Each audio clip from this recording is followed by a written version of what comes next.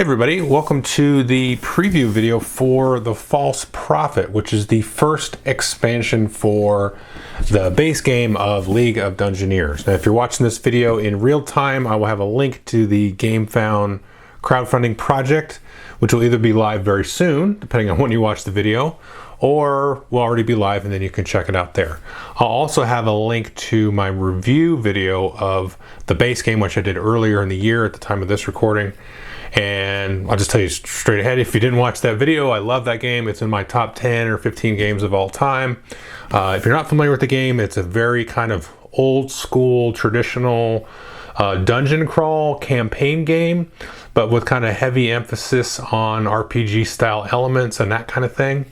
So if you're not familiar with the base game at all, go ahead and watch that video below. Check out the GameFound page and so on. What I'm going to do here is go into this box and we're going to take a pretty detailed look at everything that you're going to get in the new expansion in the campaign. I've not played with any of this. I've just looked through it in some detail. There also will be in this GameFound project some upgrades to the existing base game. So you get an updated rulebook, I believe some updated cards and some other things. There'll be more details on the crowdfunding page. So you can get either, if you're fresh at the game, you can just get, the new kind of sort of, I don't think it's a second edition, but it's kind of like, a new printing of the game with some fixes and stuff like that. Or if you already have the base game, you can just get an upgrade pack, that kind of thing. And then also you can get, if you choose, this expansion, which is kind of going to be the main driving force of that campaign. So I'll just tell you straight ahead. I mean, like I said, it's in my top 10 or 15 games of all time. Really enjoy the game, love it to death. From what I'm seeing in here, I'm really excited about like 99% of everything I've seen in here. I hate to say 100%, but it's almost 100%. So I'm excited to show you what's going to be added. There's some really, really cool stuff.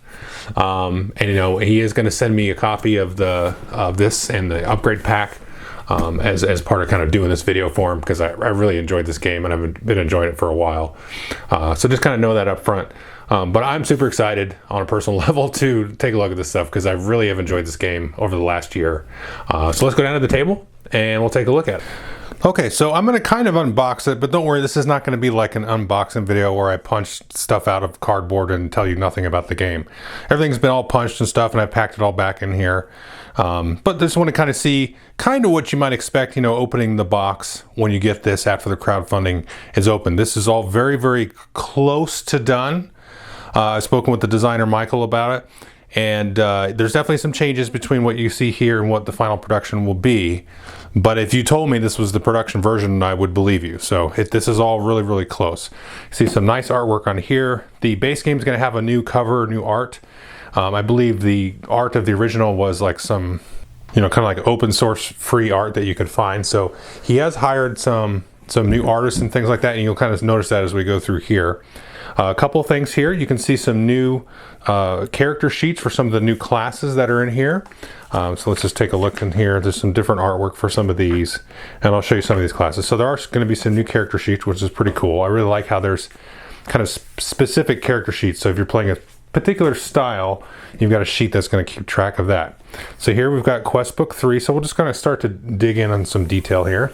So the main thing to notice about this Quest Book 3 is it's kind of in a few different parts here. So you have this section here, which is about 15 or so pages of a campaign, the False Prophet, kind of a main quest line.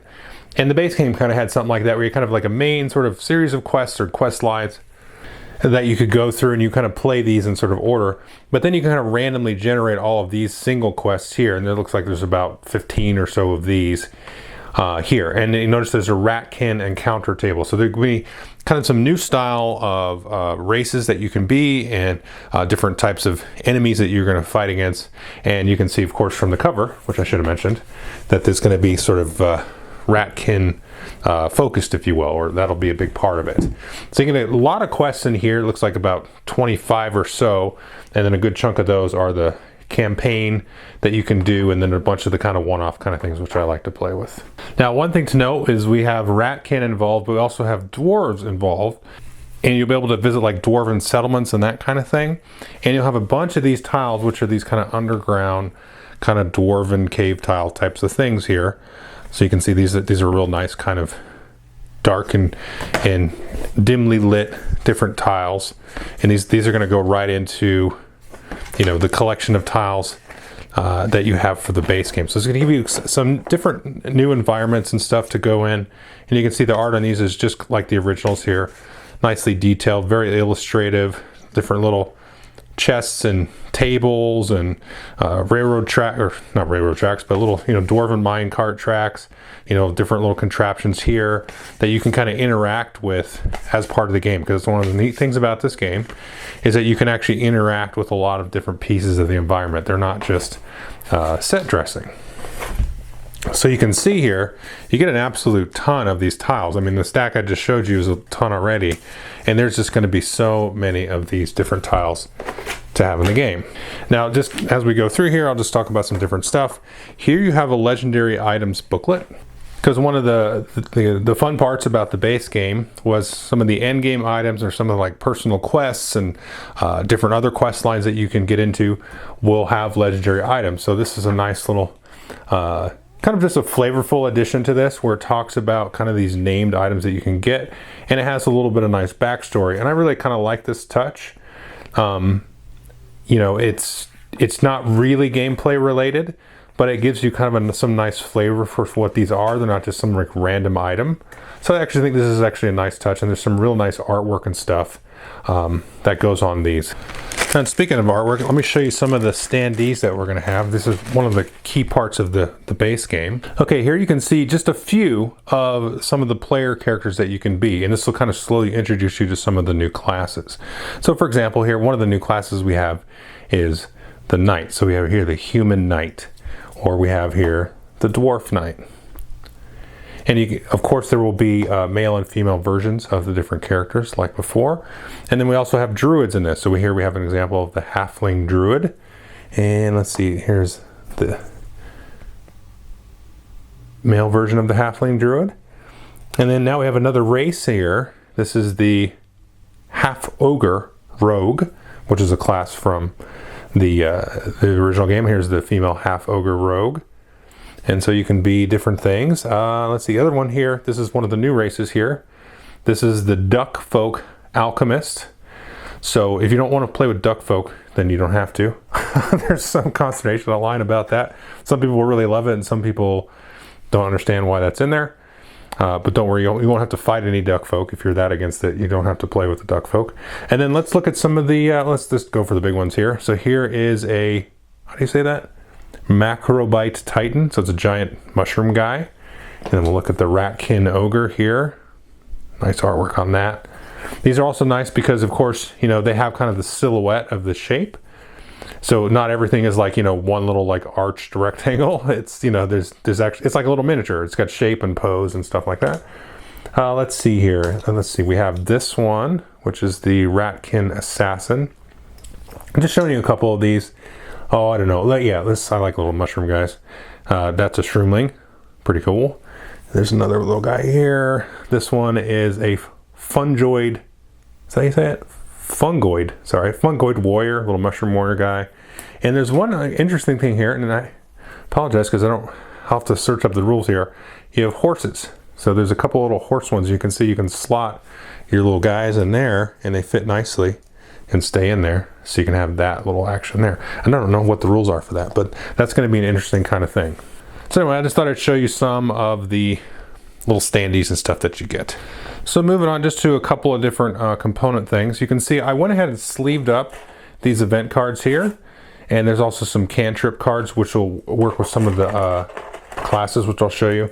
But I just wanted to kind of show the sleeving of this. I didn't go and sleeve all these up because that's just overkill. But you will be able to kind of store everything sleeved, you know, in the box here, which is kind of nice because the base game had that where you sleeved everything up in the little like card shelf that's inside the box, and so everything will fit nicely back into this box sleeved up. So that's kind of a cool thing. Now these event cards, these are kind of nice because in the base game they had, I think there was like 12 events total that you could, you know, generate randomly inside the dungeon. And the events don't come up a whole ton. It's not like, you know, Warhammer Quest or some of these other kind of games where you're just getting hit over the head with the events. They come up I think, the right amount. But you can see we've now added a ton of these, and now we've added here a deck of cards. In the base game, it was just a table that you rolled up on and you read what it was. So the cool thing about this is this has some nice artwork to go along with it. All the events are right here. And like, if you don't like an event or something, which can happen in this kind of game, then you can just take it out of the deck. Or if you want to kind of tailor the deck to be a certain way, maybe you want to kind of thematically, flavor up which cards are in your deck based on, kind of where you're at. Maybe some of the events won't make, for you 100% thematic sense, then this gives you the ability to kind of do that. And so some of the events from the base game are repeated and they're put in here, so you just need this event deck to use. And I like this style art here. It's got a very kind of, 1980s black and white kind of thing there. And yeah, I kind of like this. I could just keep flipping these because I really do like this kind of old school, D&D from the early 80s, Warhammer Quest into the 90s, is kind of black and white fantasy art. Just kind of, I guess it's nostalgia. I don't think it is. I just like it. So I'm not going to show you all of them though. So I'm just going to kind of blow through these cards just to kind of show you what you get. Some of this will have to do with some of the classes, and I'll show you that as well. So here's some monster cards. These are just, like player aids. Invocations, I think these are for the druid if I remember right. Legendary items, so these didn't have cards before. They were something you kind of wrote down, but you can see again the art that was in the little booklet that I showed you here. That's been continued forward, and now we have cards for these, because we had cards for the different types of treasure that you would find, and more often than not you would just write it down and shuffle it back in. But these are nice because it kind of gives you a card, something to hold on to, some nice art to sort of set that super rare legendary item in a time and place. So that's pretty cool. Of course, you got the exploration cards. You have here beast form. This must be for the druid. Monster cards. More treasure cards, more wilderness event cards, and let's see, it's a squire card, which I'll talk about in the rules. Some more prayers and stuff, more legendary items here. And so this is what you get. I'm not going to go through these in detail because that would be super boring, but you get a nice chunk of supplements for your gaming with a ton of cards, which will be really helpful. So here we'll set these cards aside here, and we'll kind of get into the rule book. And this is quite a hefty rule book. There's going to be a lot of stuff in there. There's some new classes. There's some new ways to play, which I'm really excited to talk about. So let's just go in here and we'll kind of get through it. So first thing we're going to talk about here is we'll just get here to this section here. New general rules, new treasure cards, new tables to kind of roll it up. The rat can are introduced, so you can kind of gives you a new table to roll up if you're randomizing your monsters there. There's a rogue wizard thing here, so if you have a power stone and an item, a suitable item, maybe create a magic item for a cost of 50 coins. And so that's kind of a little change there for creating that and doing some of the enchantments. Here's the page where it kind of talks about horses in combat, wagons in combat. What the horses do is it can give you 1d6 extra damage in combat. So if you're riding your horse in combat, then you can do that there. And I'm not sure if you can ride them underground or if it's just for the overland types of things. But here we're going to get into the really fun meat of it here. So we've got, like I said, the half ogre and the duck folk. Those are kind of the two new races that you can play with, and they have, like I showed you, the standees for all the different classes. Now there are two new classes here. We've got the druid and the knight, and so the knight has the mounted combat talent, and that's going to be a talent that you can maybe acquire for other characters as well. And the druids get the invocations, and they get the shape-shifting, which is going to be doing the going into the beast form. So those are the two new classes there. And so I think it could be fun to be a duck folk druid because you can just change into all kinds of animals. All right, and then over here, it talks a little bit about how the knights can acquire squires. And actually, if you don't run with a squire, you actually will be at -1 energy. Remember, energy is something you spend for feats and stuff like that to do some of your cool special abilities. And you will have to shuffle up the deck of squire cards. You can hire them to kind of supplement your knight's abilities and stuff. And they come with equipment, and they have some different little special abilities and stuff like that. So that's going to be a kind of a unique piece of gameplay. And I just realized I blew by the invocation. So these are the spells that the druid will cast, and you can see you've got the casting value, the mana usage, and so on. And they have a whole little group of spells here, all very, you know, druidic nature style spells that you can just take a quick look at there. And that's got your leveling chart for that, and then, you know, which talents and perks you get, just like in the base game. We talk here, let's talk about the shape-shifting. And you can see here the list of animals that you can shapeshift into, and here's the list of invocations, but here we've got cards for these. So falcon, rat, giant snake, giant wolf, raptor, spider, cave bear, scorpion, werewolf. So when you shapeshift, you won't be using any of your equipment, of course. You're going to just have these stats and special abilities here, and then that will be the form that your druid takes. So that's going to be a lot of fun there. Let's see, the next thing here we're going to take a look at the Sacred Grove. You can see this here. This is where the you know, the druid, when they level up, they can learn new things. So you'll put this kind of near a randomly selected village, and so that's going to be where you can go and try to you know, get some of the new invocations and beast forms. They also have a little bit of a kind of an alchemy type of thing here. So they have the botany here, so you can use some of these skills to help, you know, cure wounds and do different things, you know, buff up different aspects there. And here we talk about the House of Lords, which is all of the knight stuff. The interesting thing about the knight is you will start to level up by doing quests. So you'll generate some of the quests out of that quest book that I showed you at the beginning, and then as you kind of do them, your kind of renown will go up with the House of Lords, and you get access to, you know, more stuff and cooler things and leveling up. So that's kind of a cool, interesting way to do it. It kind of reminds me of the one knight in the Warhammer Quest game a little bit. How you had to do quests and stuff like that. It wasn't called the Knight though, I forget what it was called. So here's a little bit of the dwarven culture and history and stuff, some of the different dwarven clans that you can see here. Talks about dwarven settlements. Here's some of the new talents and perks that you can take a look at there if you like. Some more crafting bits in here.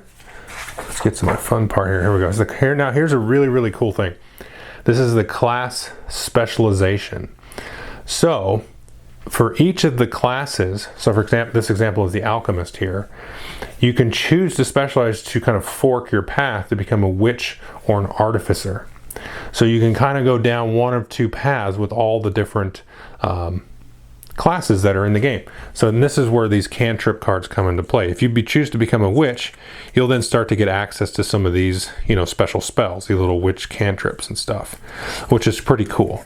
So you can kind of become more of a, you know, mystical type of alchemist, you know, brewing your little potions and, like, you know, cooking people as they walk through the forest. You can be that kind of alchemist, or you can be very sort of materialistic and, you know, go after being an artifice. And there's charts and things here for, you know, like leveling up and, you know, as you start to learn the cantrips. Here's the artifice, so you're more of a crafting type of alchemist there. And then we have here the barbarian. So the barbarian can become a slayer, or they can become a zealot. And so this is going to give you access to different perks and talents that, you know, if you choose one path, then, you know, you don't get access to the other. And so the druid, which is a new class, you can become a monk, or you can become a hex master. And then the knight, you can become a templar, or you can become a champion, and there's special quests associated with doing some of the champion stuff. The rangers, you can become a hunter or a tracker. The rogue, you can become a sellsword or a tomb raider. So this just sounds really fun to me, because this is where you get, you know, kind of like really in depth with the character. Like the thief, you can become an assassin, or you can become an acrobat, and that really kind of says a lot about kind of the type of character you want to play. And then the warrior here can be a captain or a weapons master. The warrior priest can be a witch hunter or a full-blown cleric, which is going to be cool. I would like to play a full-blown cleric. The wizard can be a battle wizard or an archmage. And then let's go back though to the beginning, because I realized I skipped something. So just to kind of give you a general idea of when this happens. So once you hit level 5, that's when you can make the choice to become a specialist. And so immediately you'll gain 15 points to increase skills or stats using the point cost of the new specialization here. So the new sort of level up chart that you go on. And then from then on, you can choose talents and perks from either the specialization or from kind of your base class there. So just a couple of things. We'll talk a little bit about some of the new dungeons, areas. So here's an optional rule here for some lasting wounds that you can get.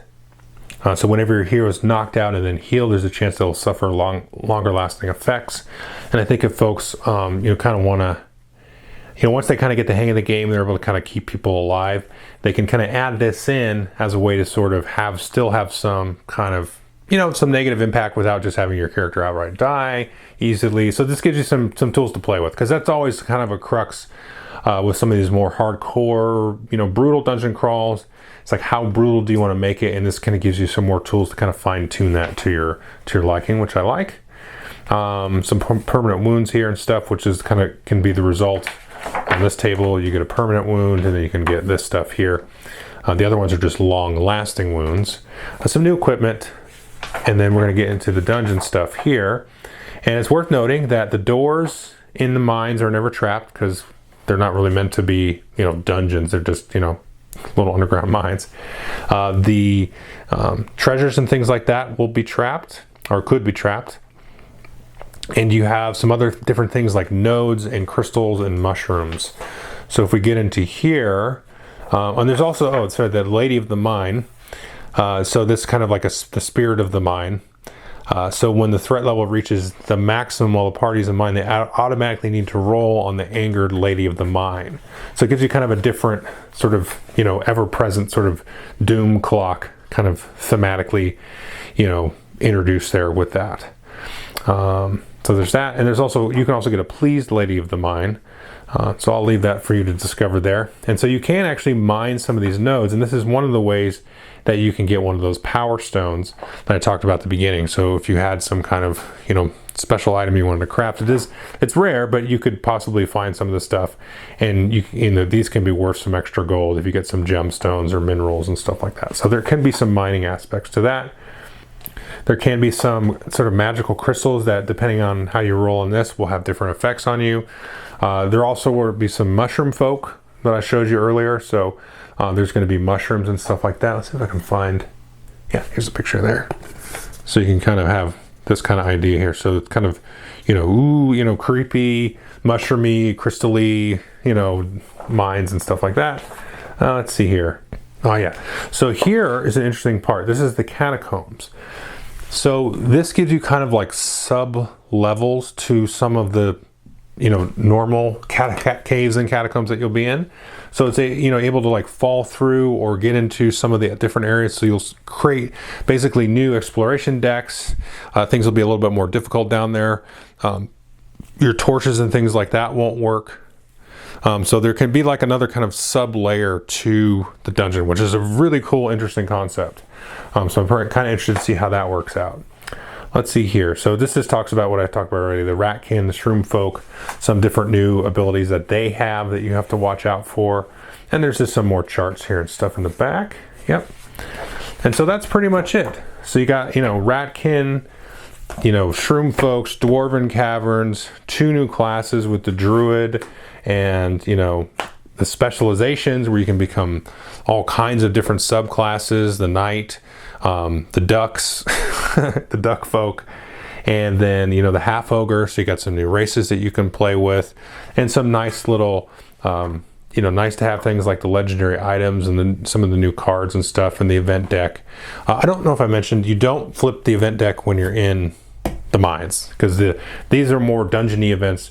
These have enough going on that you don't need to have the event deck, because you've got the crystals and the nodes and the Lady of the Mine and the Catacombs and all that stuff. So the rules tell you to set aside this event deck and don't use that when you're in the various different mines there. So I'm pretty excited about this. Check out the Game Found page, check out my last review. I'm really excited to get the final copy of this with the upgraded stuff. It's just a fun game. I just have a blast with this game. I've had a chance to play it with a couple of games with some other folks in my group, some other different folks based, since my first review of it, and we've really had a great time with it. So definitely take a look at it. Thanks.